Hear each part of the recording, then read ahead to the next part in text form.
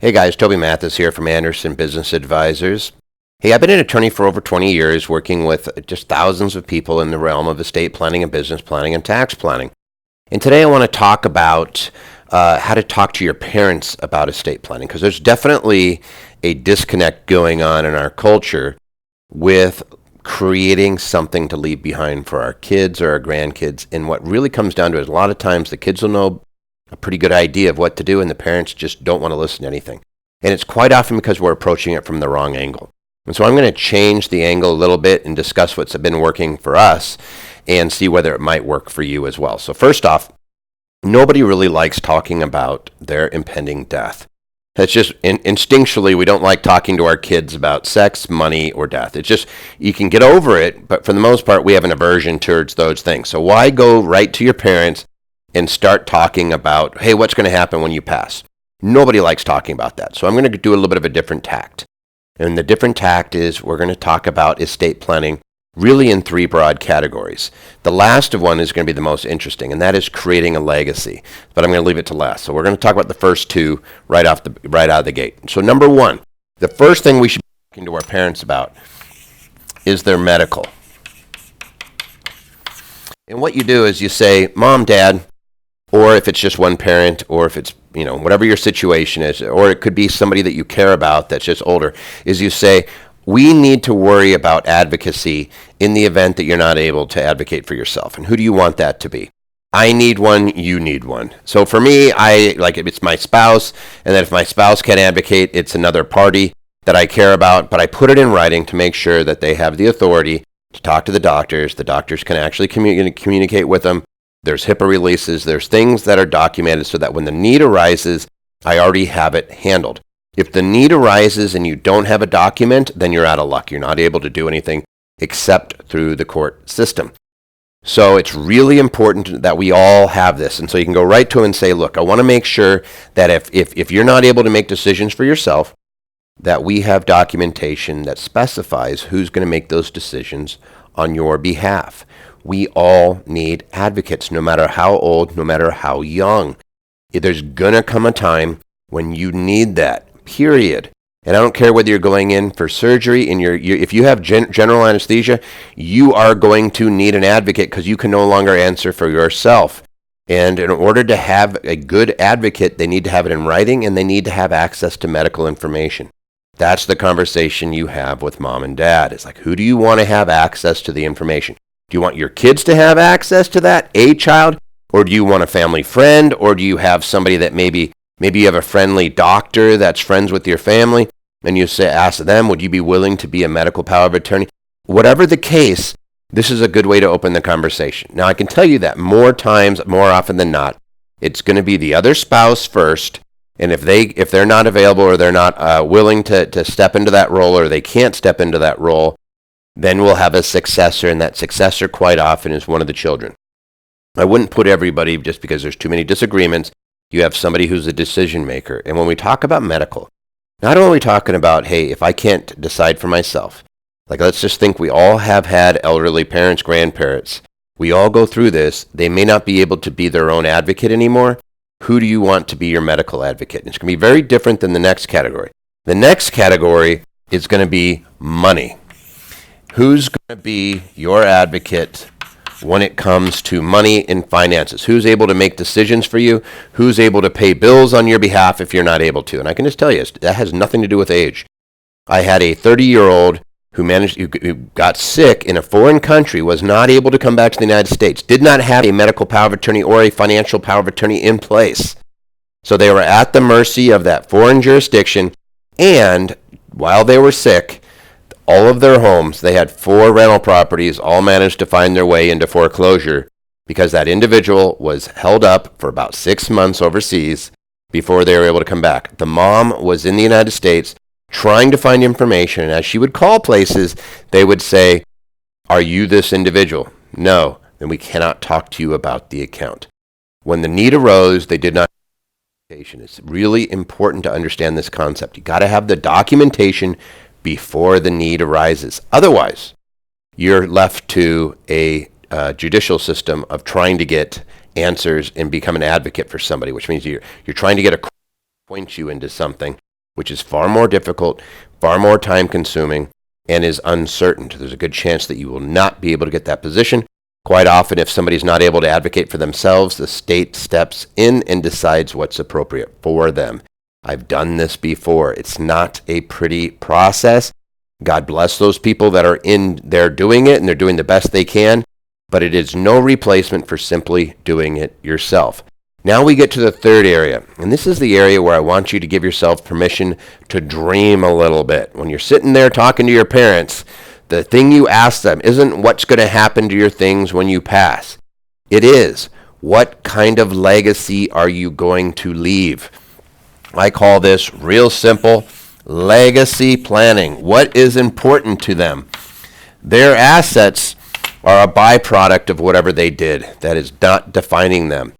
You may say, hey, do you want to leave the family china to so-and-so? Or do you have heirlooms? Do you have jewelry that you want it to go to certain children? That's all fine and dandy.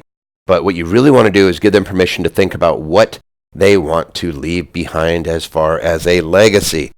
It's not a die and distribute world. That is not in anybody's best interest. In fact, stats show that whenever you get a windfall, the recipient of that windfall, the likelihood of them getting going bankrupt grows exponentially. I'm talking about, depending on the studies you look at, and we look at lottery winners, it goes up in some cases over 30,000% versus just the average. It jumps. And it's because people aren't prepared for the windfall. The stats show that for inheritances, for every dollar that's given, about 16 cents will remain after 5 years. So if you want to help somebody and you want to help out, like when you're talking to your parents, you say, if you want to create a difference and you want to make a major impact on your descendants, your grandkids, your great-great-grandkids, your great-great-great-great-great-great-grandkids, if you want to have an impact, you define that legacy. And think in terms of 200 to 300 years. Don't think in terms of 20 or 30 years. Hey, when you pass, you're going to pass this on. They're going to get a big, hey, who's going to get my stuff? Get that out of their head and start talking about what type of legacy do you want to do you want to create? Do they think, for example, education is super important? Then fantastic. Create a living trust.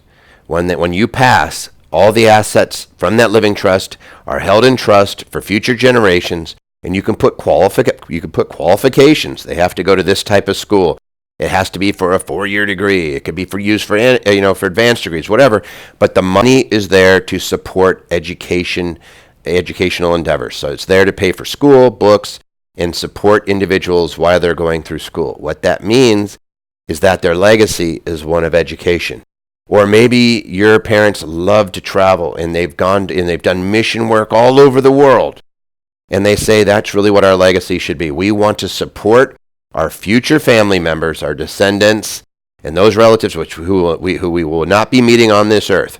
And we want to create something there for them where they're able to follow in our footsteps and do what we think is important. You can create that. Your legacy may be international travel or mission work or whatever, in which case, when you pass, your assets go into trust. And they're there for somebody else to do those endeavors. And you define it, and that's what it's used for. Now, a lot of you guys are already thinking, like, well, there's some things I just want to give away. Fine, you can do that. That's what these documents, when you're doing all of these things, they're all encompassed in a living trust, by the way. You cannot do this via a will, and you cannot do this by happenstance. It's not going to happen. If you die without any documentation, the state in which you're passing takes over, or the state where you hold real estate will also be impacting those assets. If you own real estate in multiple states, you're literally probating in multiple states, and those states' laws, as they exist at the time of you passing, will dictate who gets what, and it is required to go through court. So you do not want to do that. Going to court is never a good idea. I don't care what it's for. Courts have a lot of guys walking around and gals walking around in suits and really nice clothing, and they're paid for it. They're paying for it somehow, and guess what? It's by their client. So you do not want to be a client in a probate court. You do not want your parents' estate to be in a probate court. You do not want your estate to be in a probate court, and you can avoid it completely just by using a living trust. So you put things into trust, and then your parents say, well, I don't have a lot. This is far too complicated and far too expensive, which we hear all the time. And here's the truth. It's significantly less expensive than probate. In fact, I can count on one hand how many times it's cheaper to probate than it is just to do the living trust during the lifetime. And that's somebody who literally passes with nothing. And that's not the case. We want to create something. And then, by the way, if you've ever seen this, the lawyer looks at you and says, well, trusts are for wealthy folks. Well, hold on for a second. Who's judging? Who gets to make that decision? Wealth could be so many different things. It's not just money. And we all have one of these. We have bodies, right? You could insure this thing and make it turn into lots of money when you pass. So you can get permanent insurance. You don't have to have a whole bunch of money now. I just get insurance, and then when I pass away, it dumps into my trust and funds my, you get it, legacy. We've done thousands of these, and I can just tell you that statistically speaking, wills, and by the way, this isn't just my opinion. If you go to ARP, you'll know, the cost of wills is about 20% of the assets that are given. The average cost of a trust, and I've been all over the country looking at this, the average cost of a living trust is going to be way less than $10,000. In most cases, it's less than $5,000. If you work with a firm like ours, it's going to be a few thousand. At the end of the day, it's significantly less than a retainer that you would pay to a probate lawyer. And I know this as a fact because I've been doing it for so long, and I see it over and over again. They are misleading you if they're telling you that it's cheaper to do a probate. That's never the case. You have to do an analysis of the facts and circumstances. And then what would be great if somebody tells you don't do a trust because it's cheaper to do a probate, then you just tell them, fantastic. Then your firm will have no problem putting in paper that you will not charge me to probate any more than the living trust costs. Go ahead and put it in there. If you were going to charge me $4,000 for a living trust, then just put on paper a guarantee and sign it that you guarantee that you'll handle the probate for less than $4,000. I've never had a single taker in 20-something years of a firm doing that because they know that's not true. The reality is it's far more cohesive, it's far more beneficial for your family to address these three things before the need arises. This is what's really important. You got to make sure your medical documents are in place before somebody can no longer advocate for themselves. If you have parents, for example, my father passed away from dementia and Alzheimer's. You look at it and you say, he suffered for about 8 years before he passed. It was horrific. But in year 4, too late. We can't go in and do a bunch of documents. Luckily, we had things done prior. But if you get to that situation where somebody can no longer make decisions on their own money or on their own medical and you don't have it in writing, you're having to go into the court system for that individual. No good. Just don't do it. Just make sure you're getting ahead of time. But going back to the theme of this actual conversation, which is this one, talking to our parents about estate planning. I'm going to put a big old star next to this. Make it about this. Make it about the legacy. Don't make it about passing away. Making it about living forever. How do I create a legacy that carries on for future generations? People are much more inclined to talk about it. If you talk about who's going to be your advocate, I'm not talking about who gets your stuff, mom and dad. In fact, I don't want to talk about that. What I really want to talk about is who's going to advocate for you.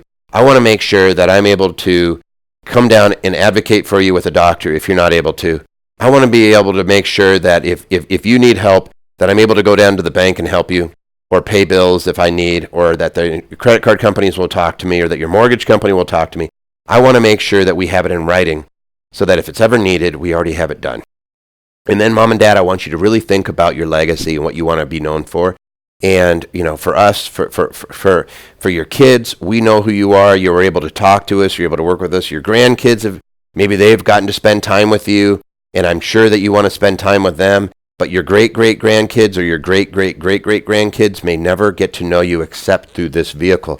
And what do you want them to know about you? What do you want to know is important? I have never seen a situation, and you can think about this on your own, where I've met somebody who had an education trust, for example. And they would say, my great-grandparents set this up, or my grandparents set this up, or even sometimes it's a parent that set it up. They always speak with reverence about that individual. I've never seen them talk poorly about somebody. On the flip side, I have seen so many messes left behind with no estate plan. and it's almost like they're angry with the parent who did it. Like, my brothers and sisters, my brother broke in and they stole a bunch of things out of the house. This is such a mess. My sister was bilking my parents before they passed. I think that she took a bunch of money out of their account. You get all these things, and everybody hates each other. They don't talk anymore. I see that over and over and over again, and I have had it in my family. It's rinse, repeat. You see it over and over again, and that's because they didn't do this. And all you can say to your parents is, hey, I want to make sure that it doesn't happen. That we never get into a situation where we're fighting over money, or because we have grief, or because somebody's greedy. All that stuff goes out the window when you start saying, hey, we want to create a legacy. And Mom, Dad, you're very important to me. You've done some really great things. These things are really important to you. I think that it's important that they get passed on. Would you please create some sort of plan so that those things can carry on for future generations? And if they look at you, they're going to look at you differently, because you're not asking for yourself. Gone is the suspicion. What are they thinking now? Yeah, you know what? Let's talk about that. And now you get to have the conversation. Hope this is helpful. Share it with whomever you want. And just understand that for everybody, there's not a single person walking this earth where an estate plan would not be in their best interest to make sure that they have whoever they think is important and who they want advocating for them advocating. You just think about this. The person that you'd least want advocating for you, and imagine that they're advocating for you, just make sure that doesn't happen just by selecting the right parties or the right party. And it's really easy to do. It's economical. And if you do this side and you really work on the legacy, it's life-changing. And it really changes the relationship you have with your parents. If they buy into this and they actually get it straight and they start saying, here's the things that are really important, it adds a whole other dimension to your relationship. It's so much more enriching and so much more beneficial for your family. So I hope you do it, and I hope you share it. And if you need anything, if there's anything we can do, I love this area of law. I love this area. I love working with people. Please do not hesitate to reach out, and we can do whatever we can to help you as you uncover these things. And hopefully you're able to unmask the mystery of how do we talk to our parents about estate planning.